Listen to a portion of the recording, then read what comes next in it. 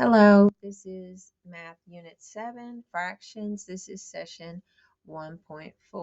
So I'm going to go over some things that we just want them to have general knowledge about before they go to third grade. Remember, this is a new skill and they have not been introduced to some of these things before. The only papers that you're going to be asked to do in the packets are things that are reviewed. So we're going to start on this page where it says to talk about 1.5, 2.5. And I'm actually going to switch to the document camera for just a minute. So what we have been discussing is half. And most of the time they're most familiar with object, but we also want to remind them that sometimes we have a set of objects, and in that case we have shaded half of the set. Okay, so this is written as 1/2. Now, students will often get a half mixed up with 1.5. So when we speak that, we have to speak that very clearly. So 1 is a whole number, and half is not. 1 means I have an entire circle. Half means I have half the circle. So this is 1.5. 1.5. This is just half. So we have to get used to sometimes there's a whole number in front of the fraction. Okay, I'm going to move back to a paper. And of course, we have not introduced this skill at all.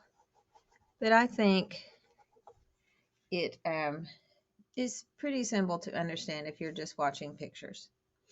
So I'm going to go through these 5 problems today, and then we'll talk about the back side of the page, which is another set of 5 another day.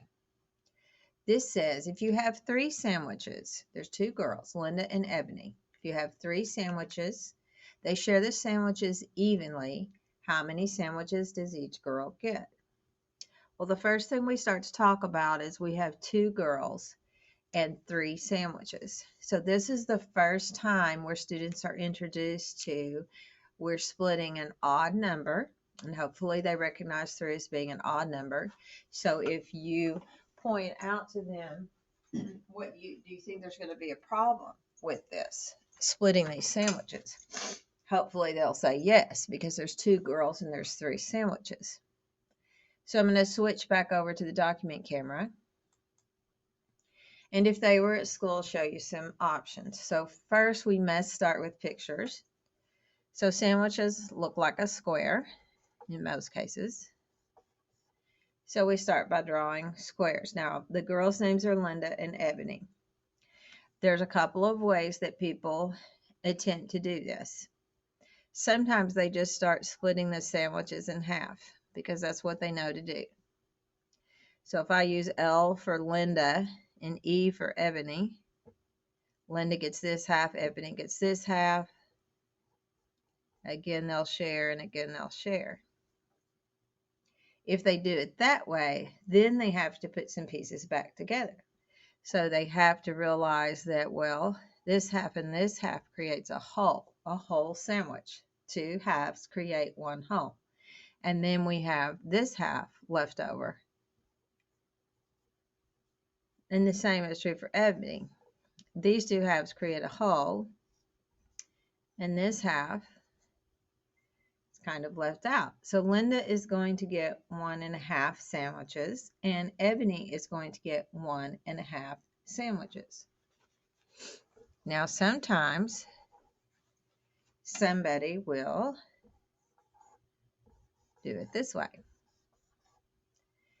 They'll give Linda and the entire sandwich and Ebony the entire sandwich until they can no longer do that. And in this case, they can no longer do that because now we have 1 sandwich and 2 girls. So they will split this one between Linda and Ebony. And that way we don't have to necessarily go back and do that combining process. So Linda is going to get a whole sandwich and a half.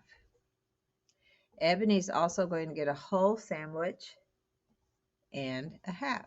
So again, they're each getting 1.5 sandwiches. We've just shown our work a different way.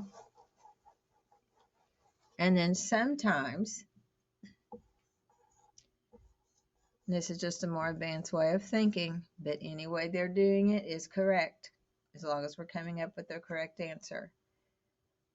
Some children will realize, well, 3 is an odd number, so they start thinking, well, if it was even, they could split it. So what is the even number right in front of 3? And of course, the even number in front of 3 is 2. So they realize that they can split 2 in half. So they realize that Ebony will get 1, and Linda will get 1, and then they're going to split this one in half.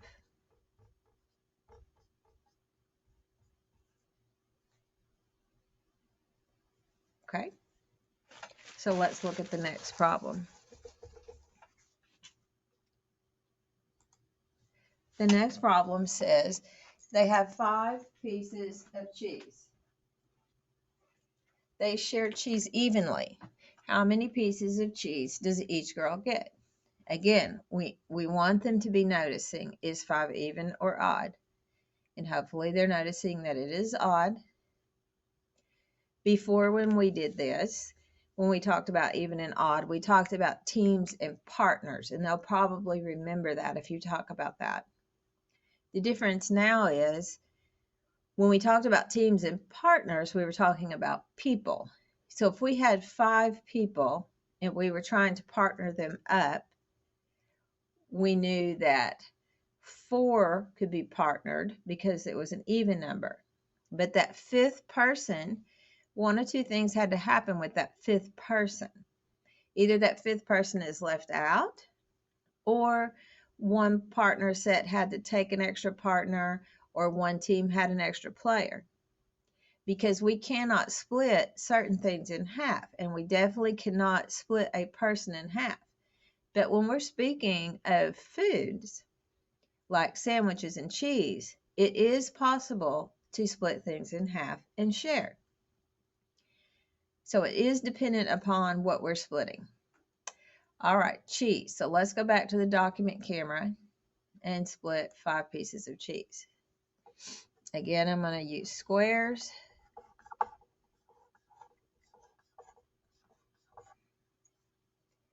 Same thing may happen. Somebody may come through here and start splitting all of them and giving an L for Linda and an E for Ebony. Linda, Ebony, Linda, Ebony. They know that these 2 halves create a whole, these 2 halves create a whole, and this is a half.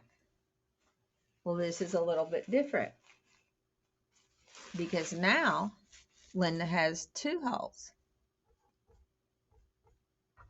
So she's got 1, 2 whole sandwiches plus a half. So she's going to get 2.5 sandwiches, and so is Ebony. Now again, the other ways that they may show you. Again, they'll have to start with some kind of picture. It's just simply too hard to start this in your head. Although some students will, once they catch on to that even odd situation, they will get really good at it. Some people realize that 4 is the even number right in front of 5. Well, they know how to split 4 in half if there's 2. So they realize that Linda is going to get 2 and Ebony is going to get 2 whole sandwiches. The only thing they really have to split is this 5th sandwich. So Linda will get half and Ebony will get half. So they each are going to get 2.5 sandwiches. Okay. Let's look back at number 3. What's happening is the odd number is just increasing. So the level of difficulty is increasing. Although this page is not too hard, these are things they are familiar with. Strawberries. Strawberries can be split in half. It's a food that can be split in half. So they have 9 and there's 2 girls. So I'm going to go back to the document camera. I'll use circles this time. 1, 2, 3, 4, 5, 6, 7, 8, 9. Okay, again, they might split them all and then go back and put halves back together. Some will say, well, I know the even number is right before 9 is 8, and I know how to split 8 in half. So I know Linda is going to get 4, and I know Ebony is going to get 4 whole strawberries. The only thing they're actually going to have to split is this last one, Linda, Ebony. So Linda is going to get 4.5, and Ebony is going to get 4.5 strawberries each. Again, if this were people, if this were partners and teams, we would not have that ability to split something in half. Okay, number 4, 11 carrot sticks. They share carrot sticks evenly. How many does each girl get? Carrot sticks look more like rectangles. 1, 2, 4, 5, 6, 7, 8, 9, 10, 11. Again, the key here is recognizing that 11 is an odd number, and that an odd number is going to be split between 2 girls, and it's a food, so it actually can be split in half. We get really used to saying when we first begin, sometimes they come up with the concept that an odd number cannot be divided evenly, and we just have to be super careful about that. Again, they could go across and split them in half, and they would probably do it that way if they were going to go back and then combine all the halves into wholes. Some people now are realizing this is a double. They're saying, okay, 10 is right before 11, and I know that 5 plus 5 is 10. The only one I'm going to have to split in half is this one. So Linda is going to get 5 whole. Ebony's going to get 5 whole. And they are each going to get a half. And 5.5 carrot sticks is what each girl will get. And again, we should be able to put these 2 numbers back together and equal 11. 5 and 5 is 10. And 2 halves does make a whole, 11. One more. They each have 7 celery sticks. Well, hopefully we're noticing 7 is an odd number, and that celery sticks is a food and it can be divided evenly. Just see if your student can tell you how many celery sticks each girl will get.